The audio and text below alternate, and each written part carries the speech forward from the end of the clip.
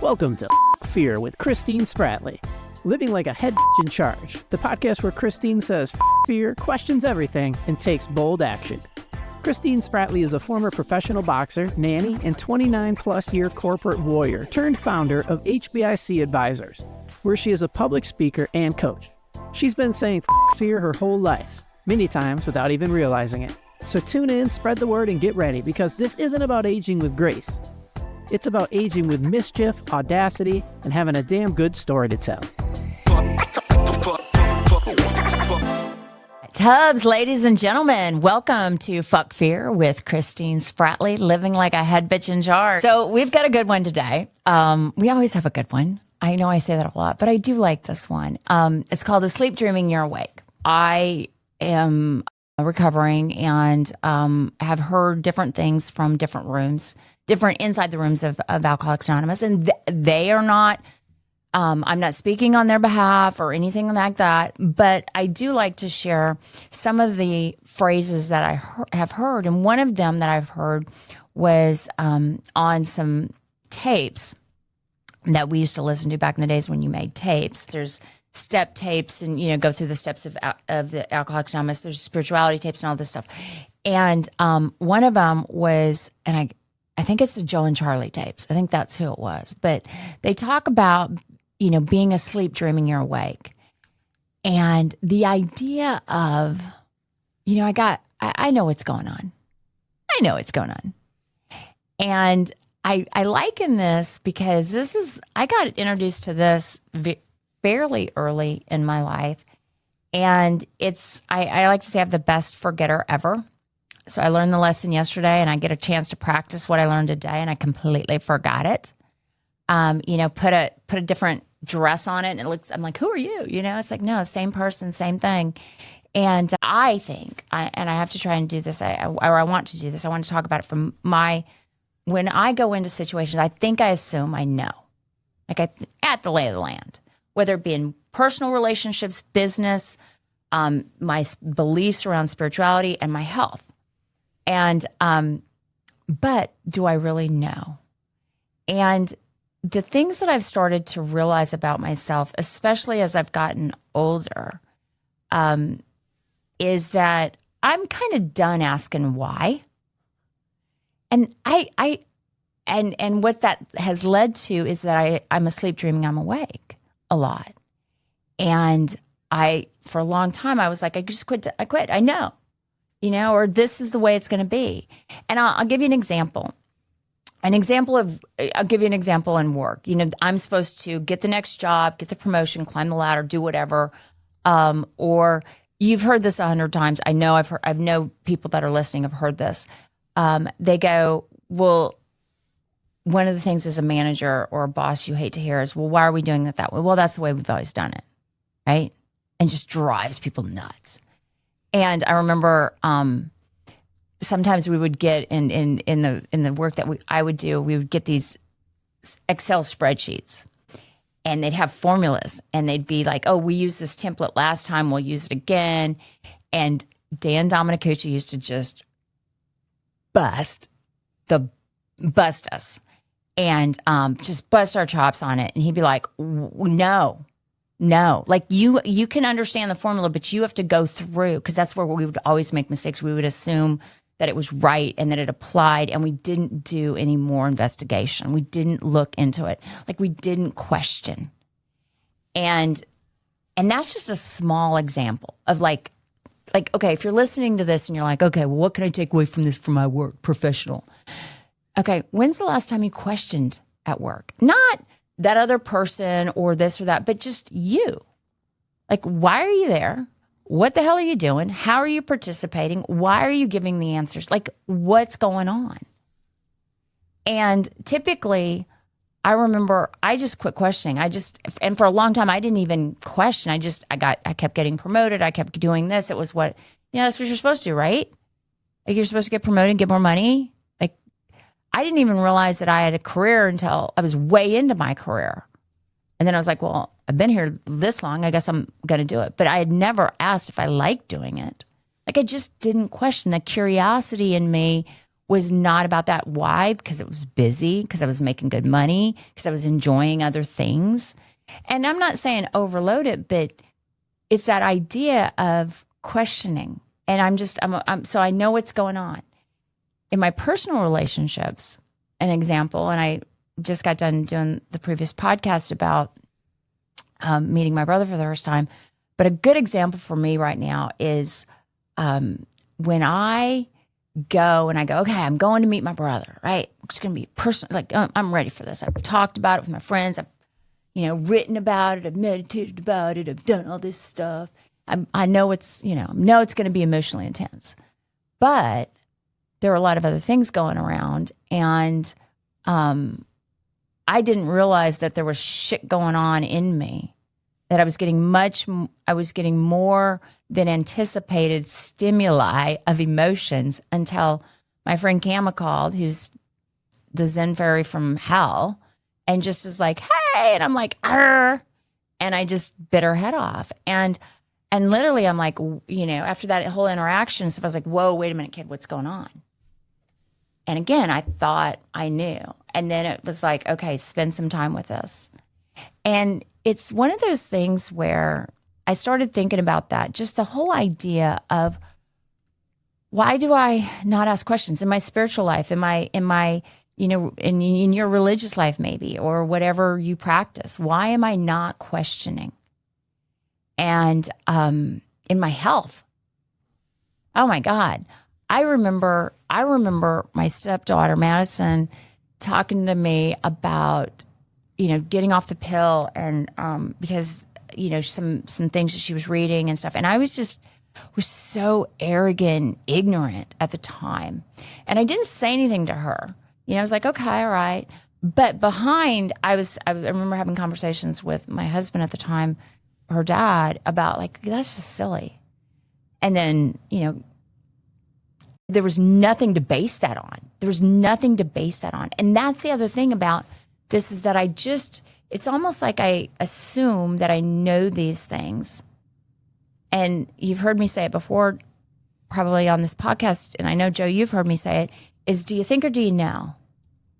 Okay, do I think or do I know? And then why do I think or why do I know? And have I really investigated this? Have I really gone in and asked the questions? And what I find is that when I don't want to challenge a belief or be awake, it's because I typically think I'm going to, something's going to change. And I don't want it to change, because that could lead to uncertainty and uncomfortability. And, my nice, neat little spot in life may be disrupted. Again, on any of these levels. But when I don't do that, then I don't like you asking questions, and I don't want to ask any questions. It's like that. See no evil, hear no evil, speak no evil. And it's like, I don't want the 50 whys as a 2-year-old. But the interesting thing is, if it's the truth, it survives as much questioning as possible. Whether it's a belief about religion, whether it's a belief about my relationship, whether it's a belief about work, and I say belief, but beliefs to me are just the things that I take on faith. And I say, okay, we're not going to investigate. And the truths, they survive all of that. So why am I so opposed to curiosity? And why do I want, this is the one life I live.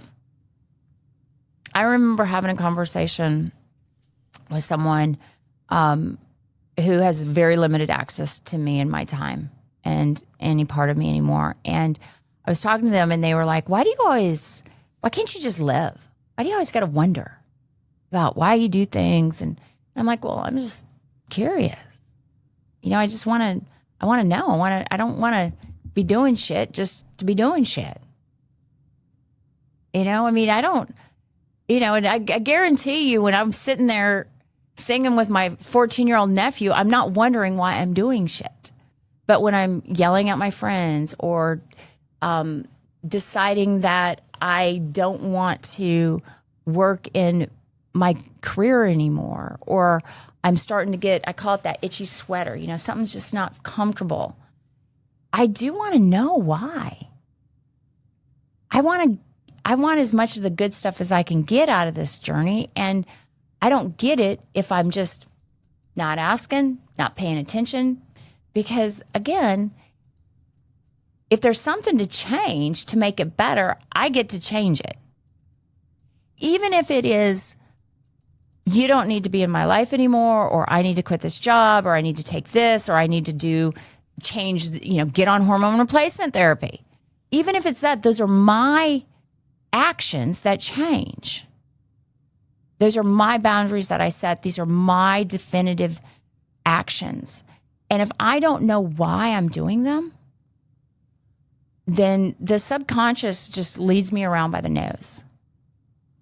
And I sometimes think about that, and I like visuals. And then what I think about is, I go, when we were showing cattle, because I was in 4-H, farm girl here, we'd show cattle and we'd get the bull, the nose rings for the bulls. Do you know what I'm talking about, Joe? You look like you're confused. No, I've seen those. Okay. Well, for anybody who doesn't know, basically they're little nose rings, only they're not rings. You don't poke them through their nose. They just click. And basically that's how you can lead a bull, basically, because they don't want to pull against that because it'll hurt if it pulls, right? But it's like that. Like I'm being pulled around by something that I have no idea what the hell it is. But I think I do. Yeah. You know? Do you think it's become, I think it has. Do you think it's become worse? I feel like curiosity has been, by a lot of people right now in our times, because of political stuff and all kinds of stuff, been confused with judgment. You know what I mean? So like you look at social media, the algorithms rewards hot takes, not questioning stuff. Even curiosity is just like, if you ask somebody a question, it can be perceived as virtue signaling or baiting them, or it's like, or taking a stance. And all you're doing is really asking a question. So let me understand, to me there's two questions here. One is what gotten worse, the art of curiosity? Yeah, I feel like it's been discouraged. Okay. In the last 10 years, and I think the over politicization, social media, there's been some stuff that I feel is contributing to training it out of us, honestly. Okay. Well, I honestly think, and of course this is my 2 cents, so you didn't pay more than 2 cents, and it may not even be worth that, but like, I think we're just fucking lazy. I think I am. I think, and I say this because whether or not I'm curious doesn't matter what you do. Yeah. And I'm not gonna, like, I can easily say, well, I don't want to have that. I had this conversation with this other person the other night, and I said, I really don't want to bring this up. I don't want to share this with you. And this person said, Christine, those are old fucking tapes. Like, it's time for you to put some new tapes in. Like, you're a grown ass woman. And it's like, I just don't, I know it's hard. I know that we can get along, but like, again, my algorithms are pretty freaking funny, and I know now that if I click on one, I go, ooh, no, now I'm going to get like 100 of this shit. I have to do like 300 more of the other stuff. Right. But I think where it comes from is, for me anyway, is I don't want to be curious. I don't want to see, because I don't want to engage with you to go, oh my God, Joe's going to be mad if I ask this question, and then I have to fucking sit there and have to work it out with him, and I have to be a human being. Yeah, I see what you're saying. It could be laziness, because curiosity takes time. It takes energy, and it takes me having to have a communication in an uncomfortable setting, typically. Right. Especially if I'm curious about, and it involves another human being, because I have no control over what their shit is. Right. And judgment is the exact opposite of taking time. It's like just one swipe. Yeah. and I would even say, like, for me, I always laugh about this. I always hear people bitch about the kids these days. I'm like, well, who the hell raised them? Well, most of the people that are bitching about them are the people that raised them. Right? Okay, well, where the hell are the adults in the room? Like, where are we? So where does the buck stop? It stops in my backyard, what's in my backyard. And if I choose to go and say, big thing I hear, especially when I'm coaching people, is I'll do that later. I'll postpone this until later. I'll do this later. I'll engage in this. I'll research it. I'll look at it. I'll be curious about it later. I heard this the other weekend. The kids need me to do this. They've got to have this. And I'm like, really? Like, I know, because I gave my kids, my stepkids, and they had everything that they needed, way more than they needed. And I'm like, I know some pretty not well-adjusted people that grew up with shit, and we've all, so like, what do you need? And again, it's that curiosity of why am I using language like this? Why am I using it's an all or nothing? Why am I accepting it's the iPhones, it's this, it's that. Why am I accepting the political narrative? Screw off. Have the conversation. And it's hard. I'm not saying it's easy, but if I don't ever have the conversation quietly to myself, there's no freaking way that I'm going to have it with you. Yeah. I think it's way undervalued, curiosity, right now. Oh. One of my favorite Einstein quotes, I don't know if you heard this one. I have no special talents. I'm only passionately curious. Yeah. Yeah. All right, legends. Your morning coffee is sacred. It fuels your badassery. But your mug should do more than hold caffeine. It should hold attitude. Enter the Mugshot crew. Most days you'll get a text with a fresh mugshot, a quote, a punchline, or a truth bomb that'll either make you snort your latte or remind you that you're a walking powerhouse. Some days, Christine's lucky to find a clean bra, so if you miss one, don't panic. Think of it as a daily pantry essential, a shot of sass with your caffeine. Some days it's inspiration. Fuck fear, sit boldly. Other days it's a brutal truth. Decaf is a crime, and I will press charges. And sometimes it's just a vibe. Living like an HBIC. Look in the mirror. One text, one mugshot, most every day. Because your coffee should hit as hard as your ambitions. Sign up now at christinespratley.com and add some spice to your pantry. One mugshot at a time. The Mugshot Crew. Sipping loud, living proud. I am the only person that I have total domain over, right? Like, that's it. And I am with me the whole time in my life. I'm the only person that I spend the whole time in my life with, right? So I get all of the information from every experience. And there are a plethora of tools out there to help me, from religion to therapy to booze. It's like I always say, there's therapy, there's religion, and there's booze and drugs and alcohol. There's and sometimes for some people there's all three. So like there's tons of tools out there to help you get through your life. But if I am the only person that I carry me with, this is the longest relationship I will ever have. And I only get to do this once. Then why am I so afraid to be curious?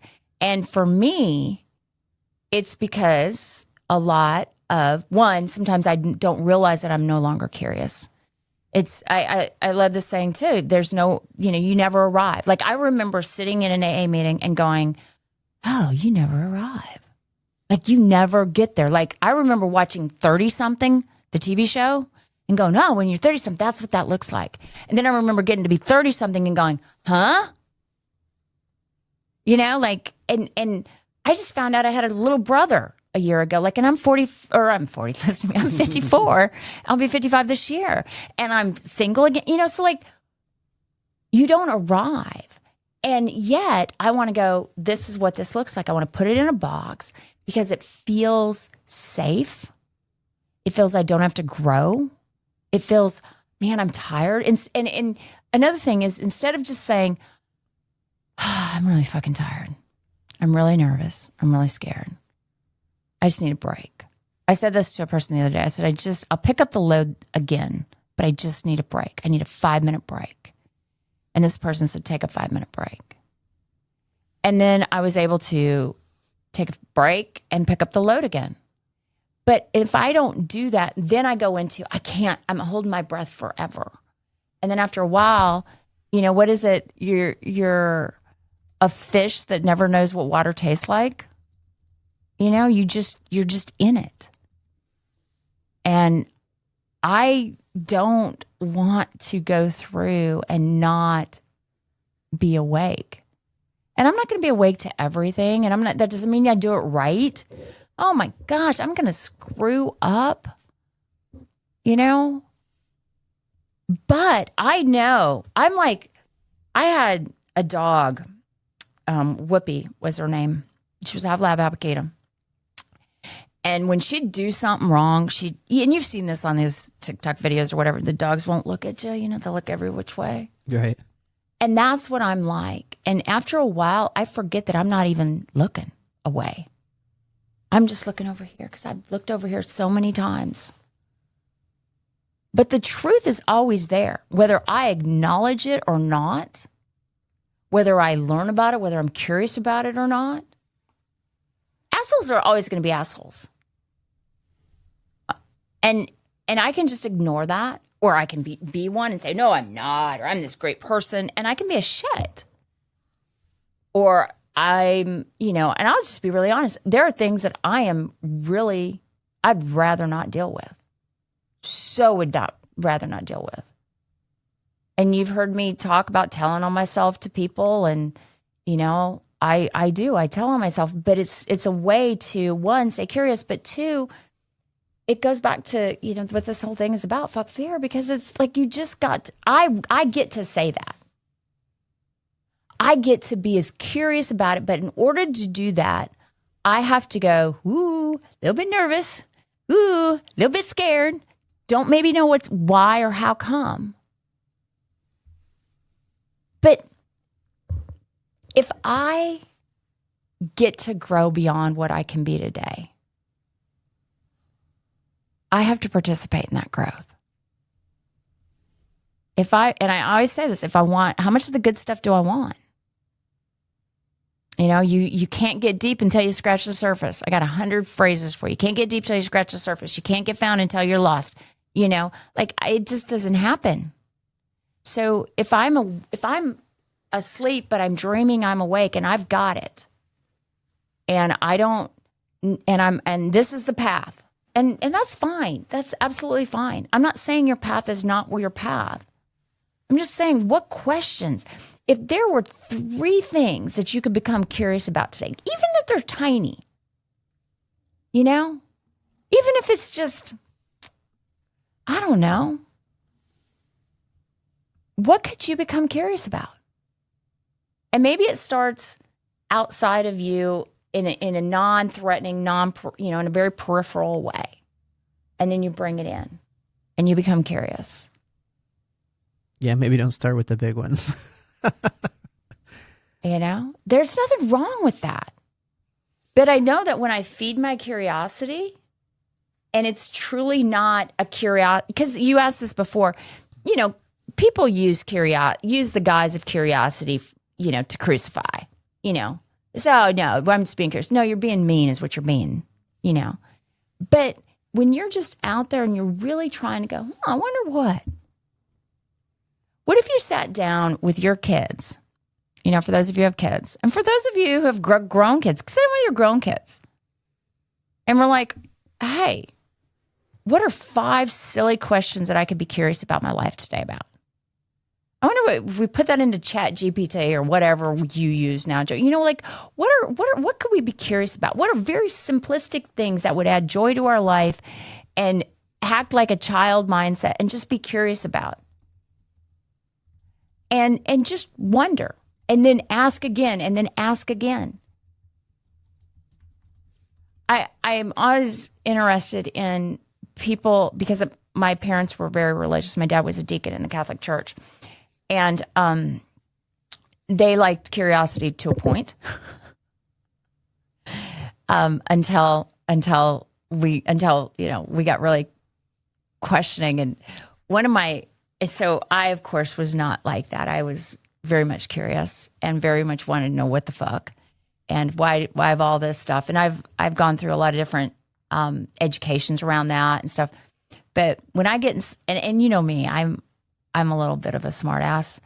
And I get into some settings where I pick up this overtone of, we're not going to, this is the belief and this is the only way. And so one of my favorite questions, and I just come in and I'm such a, and I do this, but it's fun because you really start to see people that are comfortable and not comfortable with who they are and with their beliefs and everything. Is I'll be like, and we'll be talking about, you know, because I love talking about aliens. Because that's one of the things when I left and I moved out of my house, I had this streaming system, and so I didn't have sports to watch, so I had to watch different things, and I ended up watching all these documentaries on aliens and blah blah blah blah. So again, very curious. So I remember having this conversation with this group of people, and now it's one of my favorite things to ask is, you know, so okay, you know, we get them involved, talk about aliens, and you know, oh yeah, you know, and Congress had this hearing, and blah blah blah blah. Okay, so what religion are they? And like, okay, if they're not this, or they're not Christian, or they're whatever, you know, like how does that work? Like, did they not know? But you know, like, how does that work? And again, it's just. And it's not, I'm not trying to crucify. I'm just really curious. I think it's fun. I'd love to hear people tell me about that. And but what's wrong? I'm not trying to disprove anybody's belief. I mean, you can believe whatever the hell you want to believe, or, you know, whatever. But it's just like, okay, well, I hadn't thought of that. I mean, remember the show Kids Say the Damnedest Things? Yeah. We can't like it anymore because of Cosby. Well, yeah, but it was before that. Okay, before Cosby did it. Okay, if you look back, there's even one that goes before that, and which was actually a lot better because it wasn't as scripted. I think Tiffany Haddish did a rebrand, didn't she? She did. Yeah, she did. She's funny. She's funny, but it's like yeah. What do you do? You know, wait, like what? I remember I was a nanny in Austin, Texas, and I was a boxer, I was a nanny and going to school. And I was sitting there one day, and I walk outside, and this little girl that I was a nanny for, Erin, was sitting there, and she had this big smile. You ever see a kid with just like that big, they're like real serene, and you know in about 5 seconds they're going to go, bah, you know, or whatever. Yeah. Mm-hmm. But for that moment, they're just serene as can be. And every mom's going, yeah, I wish I had more of those. She's just sitting there, and I go, what are you thinking about? And she goes, candy. And I thought, when's the last time I just thought about candy for a while and was like, yeah. And it was just candy. It was like all the different kinds of candy and what candy she wanted to have and what candy she had yesterday and what kind of candy her mom liked and why her mom liked that candy and why, you know, some candy leaves stain. Like we had a huge freaking dissertation about it. And it was just joy. And I just think for me, if I am the one person that I am stuck with this whole journey and the person that I am responsible for this whole journey, then I do not want to be asleep dreaming I'm awake through my journey. I want to be curious. And anything that I'm afraid of, the answers, they don't get to change. If they're bad, they don't get to change unless I acknowledge them. And then you can change it. You know, then it can pivot, that can move. And if I want to keep it, who says the answer says that I have to let it go or that I can't? I'm saying this as a person who struggles with this. It's like I've said before, when I water ski, I hung on to that. After I'd go down, I'd hang on to it at the bottom. I hang on to that shit as long as I can. But what I've learned is that I do it a lot less now because I want it more. I want to just explore. And I want to approach things from a childlike heart. And I feel like I get to do that more and more.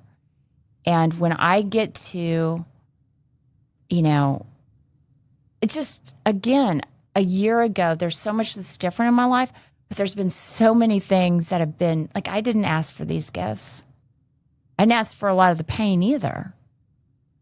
But I don't get the pain. Like I tell people, I don't get to share what I have with my friends now if I'm not willing to go through and share my pain and to witness that. The women that have gone before, ladies, if you've got women in your life that have stood up for you and gone before you, and you connect with them and you have that connection, you don't get that unless they've gone through and been curious about their pain and been curious about their journey.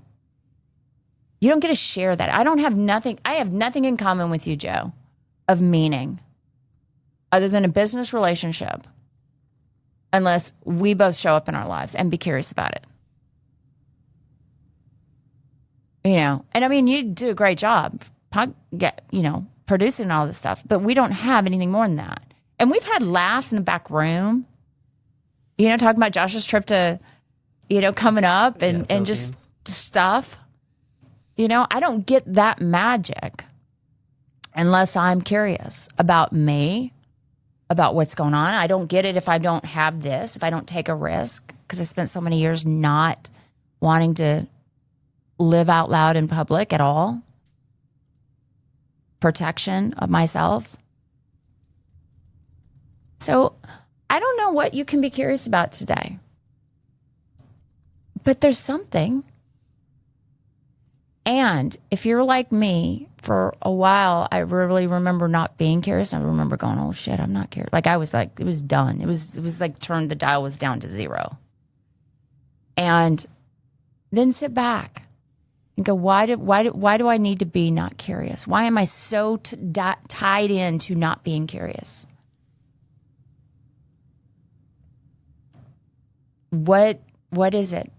What am I afraid of? What has to stay the same? Because I don't know. I don't want to be who I am tomorrow, the same person that I am today. Even if it's just a little bit different, a little bit more sideways, a little bit more ornery, a little bit more goofy, even if it's making mistakes. I want to be awake on this journey. And I hope you do too. Because it's an amazing journey. And I don't believe I get a do-over. And I never, I was talking about this with someone the other night, the illusion of time. The illusion that we get to grow old and that we get to, I'll get around to it later. I'll look into this when I. And I just go back to, that is an illusion. And we don't know when that time is up. And frankly, for me, I don't want to be scared into doing it. I just want to do it. I want to be that, why? And I can just see Jason right now, the guy I used to work with. Do you think or do you know? Why? And he'd be like, oh, just shut up. Would you just shut up? The numbers are the numbers. Like, all right, why? What? Tell me more. And it was funny. I always liked clients like that. I always liked clients that asked 100 questions. I didn't always like the way they asked it. And I wasn't always prepared for it. But they turned out to be better clients because they were curious. And they could grow on that knowledge, and then I could grow on their knowledge, and then we could have this exchange. And then I wasn't defensive, or I wasn't, I could go beyond what I thought. And I just believe, kind of going back, Joe, to what you were saying earlier and wondering why curiosity has kind of lost its hold. And I believe that I sometimes like chosen ignorance. Chosen ignorance. Plausible deniability. And what I've learned for me is that becomes really uncomfortable. And I always think I know I'm going to be able to go, oh, now I'm curious. Turn it on, turn it off. And And that's not what I've learned for me. I don't have that mastery of that. I either feed it and it grows, or it starts to dull down and die down and die down, and then it's really hard. It's like calcification of walls around it that I can't bust through. So, what can you be curious about? What aspect? What one of the 4 aspects would you like to be curious about? And just again, I don't know. But just see. And then I'm curious about why you chose that particular point. Question. I don't know. Just, again, this is your journey. This is your journey. Whoever is listening to this, this is your journey. It's not mine. It's not Joe's. It's not anybody. It's not your husband. It's not your kids. It's not your dogs. It's not your grandparents. It's not. It's yours. That's awesome. So you get to figure out and ask as many questions along the way as you want. So how much of this good stuff do you want? Go find it. And until then, Tubbs. Thanks for tuning in to Fuck Fear with Christine Spratley. Living like a head bitch in charge. Don't forget to subscribe, leave a review, tell her what topics you want to hear, and share this episode with someone who could use a pantry full of boldness in their life. Remember, life isn't about aging with grace. It's about aging with mischief, audacity, and having a damn good story to tell. So show up, take action, and keep saying Fuck Fear.